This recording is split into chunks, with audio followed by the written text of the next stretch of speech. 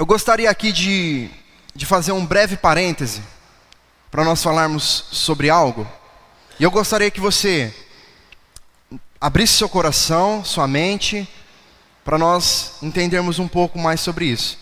Não é algo que tem muito a ver aqui com o desfecho do Apocalipse, mas vendo todas essas circunstâncias acontecendo aqui, vendo como elas são geridas, como elas são administradas, vendo que não são coisas que estão acontecendo de maneira desordenada, nós podemos aplicar em uma situação que é muito comum nos nossos dias de hoje. Quando João, ele nos informa aqui que esses anjos do juízo, eles não podem fazer nada sem a permissão de Deus. Porém, quando Deus permite que sejam liberados esses anjos, eles trazem guerra, eles trazem juízo, eles trazem destruição como forma de advertência de Deus aos ímpios. Isso nos revela algumas coisas.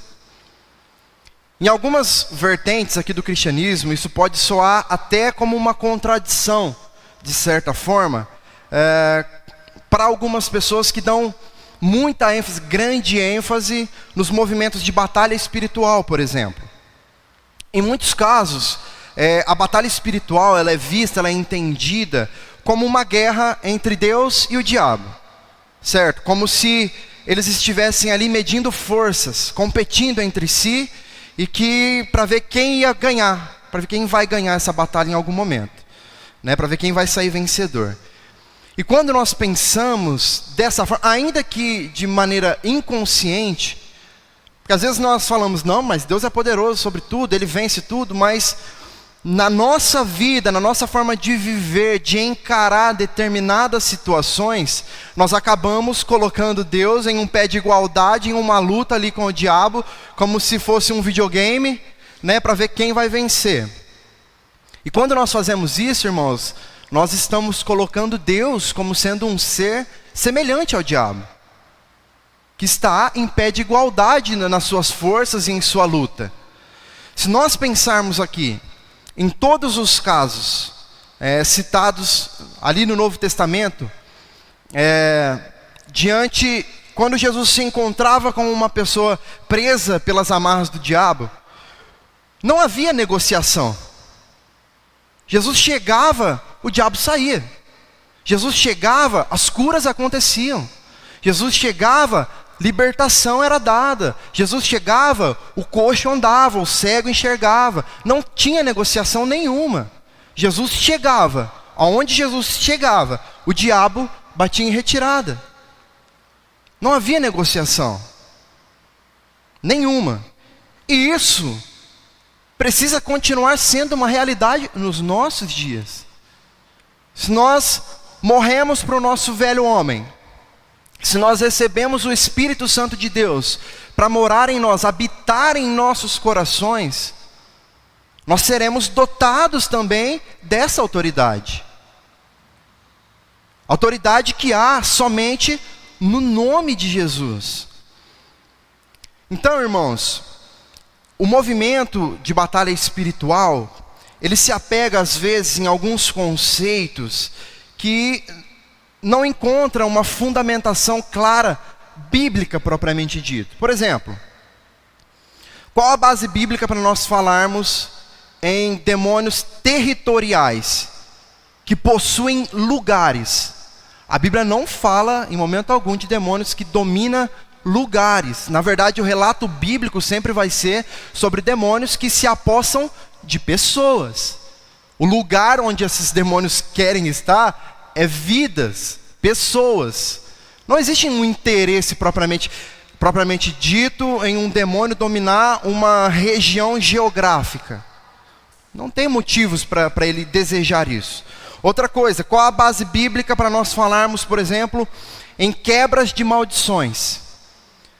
O que a Bíblia nos ensina, irmãos, lá em 2 Coríntios capítulo 5, verso 17, é que se alguém está em Cristo, nova criatura é.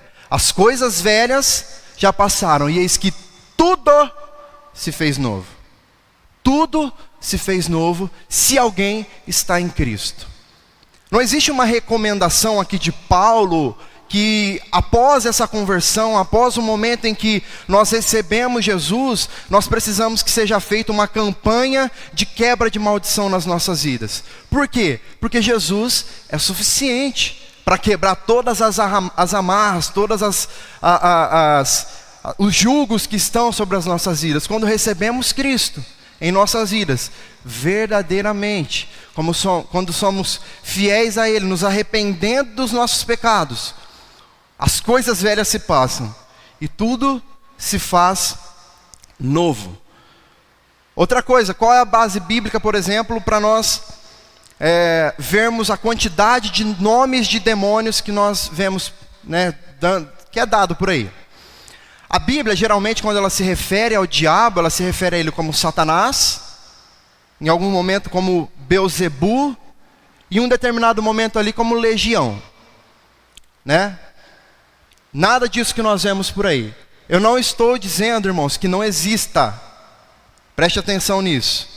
Se você procurar, por curiosidade, estudar um pouco sobre as religiões de origem africana, você vai ver que ali esses demônios, nós chamamos de demônios, eles não, mas nós chamamos de demônios, porque nós sabemos que são. Eles possuem hierarquias, possuem nomes, possuem áreas de atuação, sim. Mas qual que é o meu ponto aqui? A Bíblia não entra nesse mérito. Então, para aquilo que a Bíblia cala, nós precisamos calar também. Jesus, ele não fica querendo saber de onde vem, para onde vai, quanto tempo está ali, onde está. Jesus chega e fala, você vai embora e some daqui. Então, existe. Mas o meu ponto é, nós não precisamos dar ênfase para aquilo que a Bíblia não dá ênfase. A nossa ênfase ao lidar com situações desse tipo, como pessoas salvas, regeneradas pelo Espírito Santo de Deus, pessoas que possuem o Espírito Santo de Deus habitando em nós, a nossa ênfase é de que onde nós chegamos, o diabo não tem espaço mais.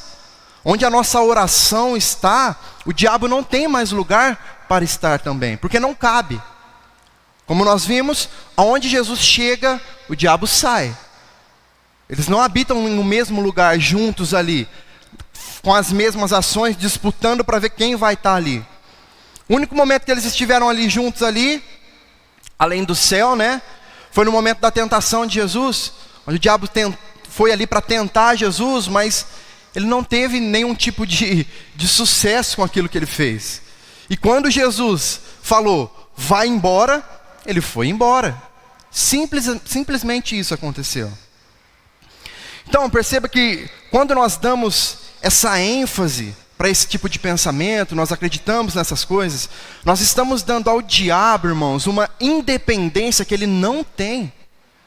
Eu citei isso várias vezes aqui, que é uma frase de um teólogo, que o diabo é um cachorrinho na coleira de Deus, e que ele não vai a lugar algum, que ele não faz absolutamente nada sem a permissão de Deus.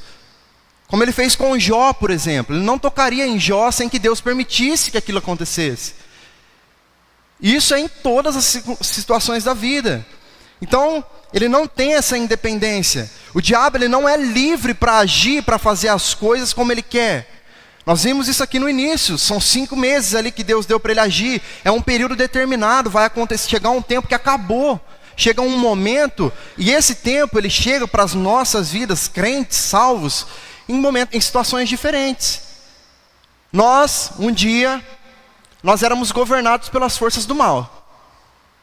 Nós éramos governados por ações malignas, do diabo. Mas aí Jesus chegou. E ali acabou o tempo do diabo na nossa vida. Ele continua agindo aí em outras vidas. Ele continua nos tentando para que nós caiamos e erremos, né? Pequemos. Isso às vezes acontece. Mas isso não traz alegria ao nosso coração. E é isso que diferencia o salvo do não salvo. É que quando o crente peca, ele não se alegra em estar pecando, ele se arrepende.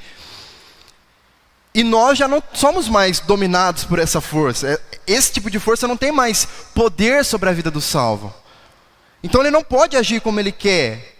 Ele não pode simplesmente chegar e tomar conta de um lugar específico, físico, que foi criado por Deus. Nós cremos aqui que Deus criou tudo, todas as coisas, o mundo, a natureza, tudo foi criado por Ele. É tudo dele. Então o diabo não possui nada. Nada é dele. Ele tenta se apossar, mas não é dele. Deus permite que algumas coisas aconteçam para tratar com o seu povo, para cuidar do seu povo, para mostrar que o seu povo precisa de arrependimento, precisa se render aos pés de Jesus, precisa estar voltados totalmente, inclinados totalmente para Cristo. Então ele permite que algumas coisas aconteçam. Mas o diabo, irmãos, ele não tem sequer uma identidade própria. Nem ele mesmo é dele. Inclusive ele foi criado por Deus. Ele não tem poder nem sobre si mesmo. Imagine só sobre aqueles que foram regenerados, salvos por Jesus. Não existe esse poder. A Bíblia ela não demonstra nada disso acontecendo. Na verdade, a fonte de autoridade para essas práticas e para esses pensamentos aí, talvez, que foram introduzidos dentro de um movimento de batalha espiritual, ela se baseia geralmente em declarações de pessoas endemoniadas. Elas se baseiam às vezes em sonhos, em supostas visões, em supostas palavras proféticas, em supostas revelações, na crença de outras religiões, como nós mencionamos aqui, mas não na Bíblia. Como eu disse, muitas dessas coisas existem, mas a Bíblia não dá ênfase para elas. A Bíblia não foca as suas forças, Jesus não gasta ali as suas forças. Se nós formos ler o relato do ministério de Jesus, nós vamos ver que as aparições de pessoas endemoniadas que surgem ali no caminho de Jesus são poucas, devem ter tido mais, com certeza, mas são coisas que são resolvidas em um versículo. E aí nós vemos os ensinamentos, nós vamos lá para o Sermão da Montanha, nós vemos Jesus ensinando lá vários versículos, nós vemos o sermão escatológico de Jesus também lá em Mateus 24. Ele gastava tempo com o quê? Com o ensino da palavra, com o ensino das suas leis. É aí que ele concentrava toda a sua força, e é isso que nós precisamos fazer. A questão da batalha espiritual que nós precisamos nos deter é um detalhe no meio do processo. É um detalhe que vai acontecer no meio da caminhada, no meio da conversão de alguém. Muitas das vezes isso vai acontecer. Precisa acontecer? Vai acontecer. Nós temos aqui o pastor José que é especialista na área, PhD na área, pós-graduado, doutor, mestre, né pastor? Que já teve várias experiências necessárias, mas ele também sabe que essas pessoas, quando não se arrependem, o que acontece? Então, essa pessoa, ela não é salva.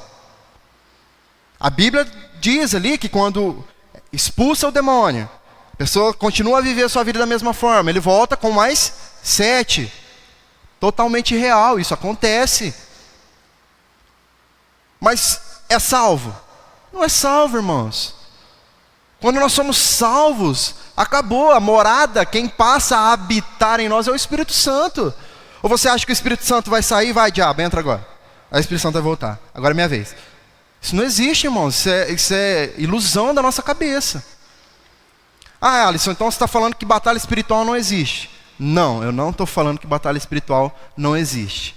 Batalha espiritual existe. Apesar de o termo batalha espiritual não ser visto na Bíblia propriamente dito ali, ela existe sim, e nós precisamos estar conscientes e alertas em relação a ela. O próprio apóstolo Paulo vai falar sobre isso em Efésios, que a nossa luta é contra principados e potestades e os dominadores do mal. Mas, preste atenção, a grande batalha espiritual que nós temos que travar diariamente, constantemente, é contra o nosso pecado. Essa é a batalha espiritual que nós temos que travar todos os dias. Sabe por quê, irmãos? porque é a prática constante do pecado que faz com que o diabo tenha força sobre as nossas vidas. O diabo não toma a vida de alguém que não peca. O diabo não toma a vida de alguém que dedica a sua vida à santidade ao Senhor. O que faz com que o diabo se aposse de vidas é o pecado. É a prática constante sem arrependimento do pecado. Então, essa precisa ser a nossa luta. Essa precisa ser a nossa pregação. Arrependam-se dos seus pecados. Mudem de vida. É dessa forma que as pessoas serão libertas das amarras do diabo. Nós podemos e devemos orar, expulsando o que está acontecendo, repreendendo aquele mal sobre as vidas, sim. Mas se nós sairmos dali sem pregar o evangelho, irmãos, nós estamos sendo negligentes. Porque o que importa de fato não é somente a oração que expulsa, mas é o evangelho que transforma, porque senão isso vai continuar acontecendo. E nós estaremos sendo coniventes com isso. E aí nós vamos passar a dedicar o nosso tempo em batalhas e mais batalhas, em guerras espirituais, do mundo espiritual, como se a libertação e salvação da vida das pessoas dependesse disso e não do evangelho. Mas é o evangelho que salva, é o evangelho que transforma. Então, expulsou, orou, repreendeu, saiu, prega o evangelho. Porque é isso que traz mudança de vida. É através da pregação do evangelho que o Espírito Santo de Deus vem, regenera corações, convence pecadores dos seus pecados, convence da justiça, do juízo que há de vir. Aí sim as pessoas serão transformadas, libertas. E essas pessoas não mais serão afligidas pelas forças das trevas. Ok? Então nós precisamos ter um pouco mais de consciência quando nós estamos tratando disso. Trazer um pouco mais para a realidade bíblica.